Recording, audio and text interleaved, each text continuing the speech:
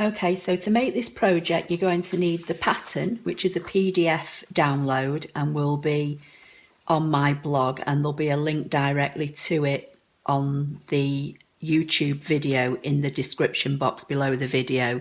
And if you can't see that, there's generally a button that says show more, and if you click on that, it will expand the information and you'll be able to find a link to it there. It only uses a small amount of fabric. You'll need a piece of fabric that's about 10 inches by 6 inches, and you'll need a piece for your outer wallet, a piece for your inner wallet, a snap if you want to use a snap to fasten it, or you could sew some Velcro onto it, or you could even put a buttonhole in it and a button if you want to. But I'm just going to try and keep this a really simple project. And then the other thing you need is a piece of this iron-on interfacing. It's kind of knobbly on one side, which is a glue side, and smooth on the other.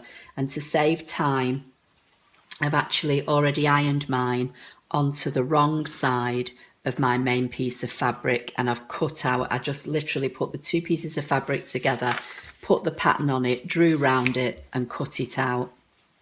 So that's all you need. So I'm going to start showing you how to sew it together. One thing I forgot to say about the pattern, when you print it off, make sure your printer is set to print this page, which is on an A4 piece of paper, to the actual size, not fit to page or shrink to fit or something like that. This was designed on an A4 piece of paper, so if you print it at its actual size, your finished wallet should be the same as mine. The black line obviously is the cut line. There is a diagram here telling you. The red line represents the 1/4 inch seam allowance, and the green line is going to be the fold line where we'll fold it when we come to top stitch it. So I'm starting off with my two pieces of fabric. I've got the iron-on interfacing ironed onto the back of my main fabric, and I've got my lining. I'm going to put these right sides together. I'm going to sew all the way around, but leaving an opening down here near the bottom. And what I'm going to do, I'm going to put the diagram back on, and I'm just going to make a little mark with a pen where I need to leave open. I'll show you.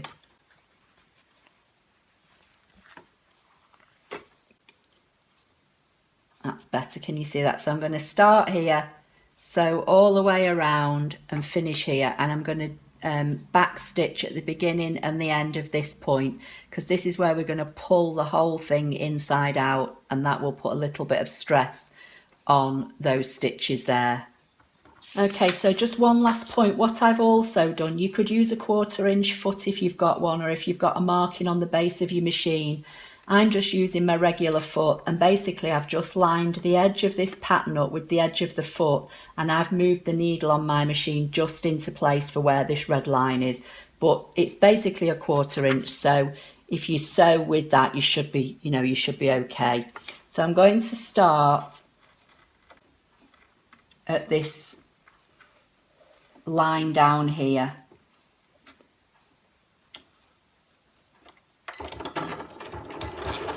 Back tap, go towards the corner, stop with the needle in the down position, pivot so the foot lines up with the outside of the fabric, and carry on all the way round. Again, when I get to this corner, I'm going to stop with the needle in the down position, lift the foot up and pivot, and just sew to the next corner. Do the same and work my way around.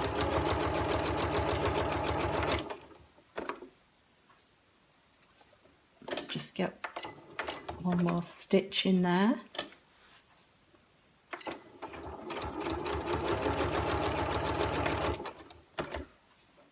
and then I'm going to come back down and stop at this mark here.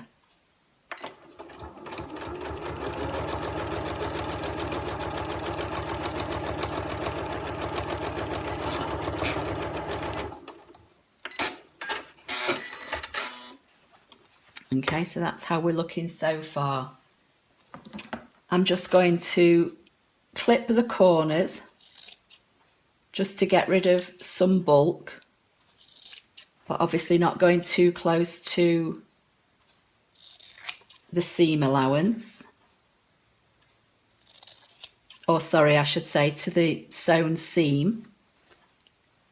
I'm going to do the same down here.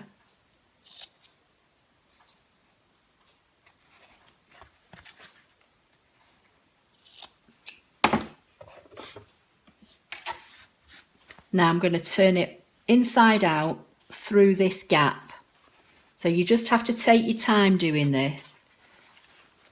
I find it's easier if you just start pushing, you know, get your thumb and start pushing a little bit through and just ease it through. It will all come through. Just pull it through gently, a little bit at a time. And when I've done all that, I'll come back. Okay, so here it is now. I've turned it inside out and I've given it a quick press. This is the opening that I pulled it all through. And obviously that will get caught up when we do our top stitching in a few minutes. So what you need to do now is bring your pattern back in and line it up, but you want to line up the bottom edge of your wallet with this red line. And then just get an air erasable or heat erasable pen and just make a little mark. This is one of those friction pens that comes off when you iron it. And then basically you're just going to fold it on that mark. So if I'm going to put my finger there and fold it so that and then I'm going to crease it so that the edges line up. And you're now going to top stitch down this side and down this side, and then we'll put the snap on and it will fold over like so. So that's quite simple.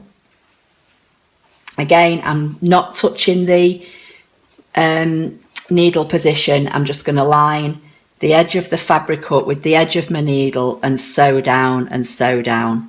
Just take your time with this step because you're going through, you know, several layers of fabric, and I'm going to reverse backwards and forwards here and here because this again will be an area where there's going to be some stress on the fabric.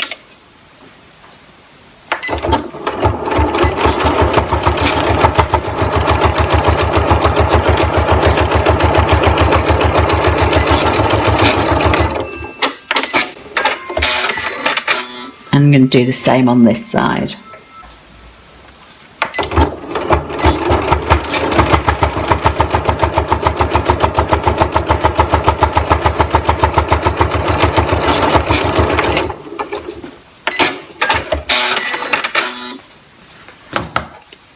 Cut my threads.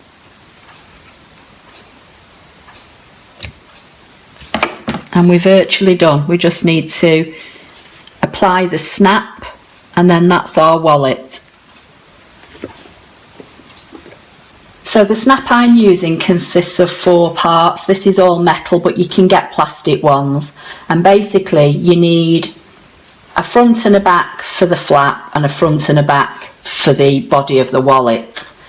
So these are the 2 parts that are going to be used for the body of the wallet. And okay, so my camera died. So basically what I was trying to say before it did is to apply my snap, I folded the wallet in half and give it a finger crease, which gave me a line.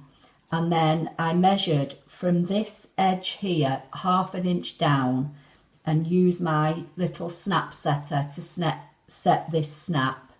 And then did the same with the top. And now this clips together, and that's your wallet. And I've got some store cards here, just a handful, and you can see they fit in comfortably. You'd get quite a few in there, and you could get things actually a bit bigger because the store cards only come to about here.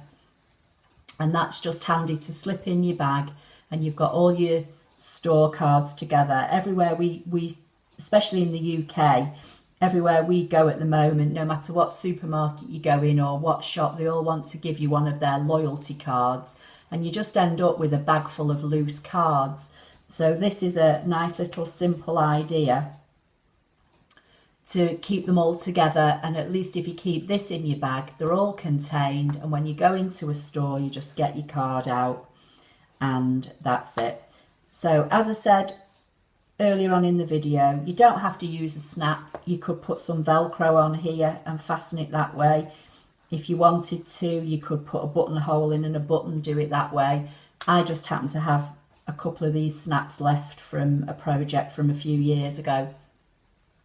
So I hope you found that helpful. Please like, share and subscribe this video, and don't forget to give it a thumbs up. It does help. So I hope you like that. See you in the next video. Thank you.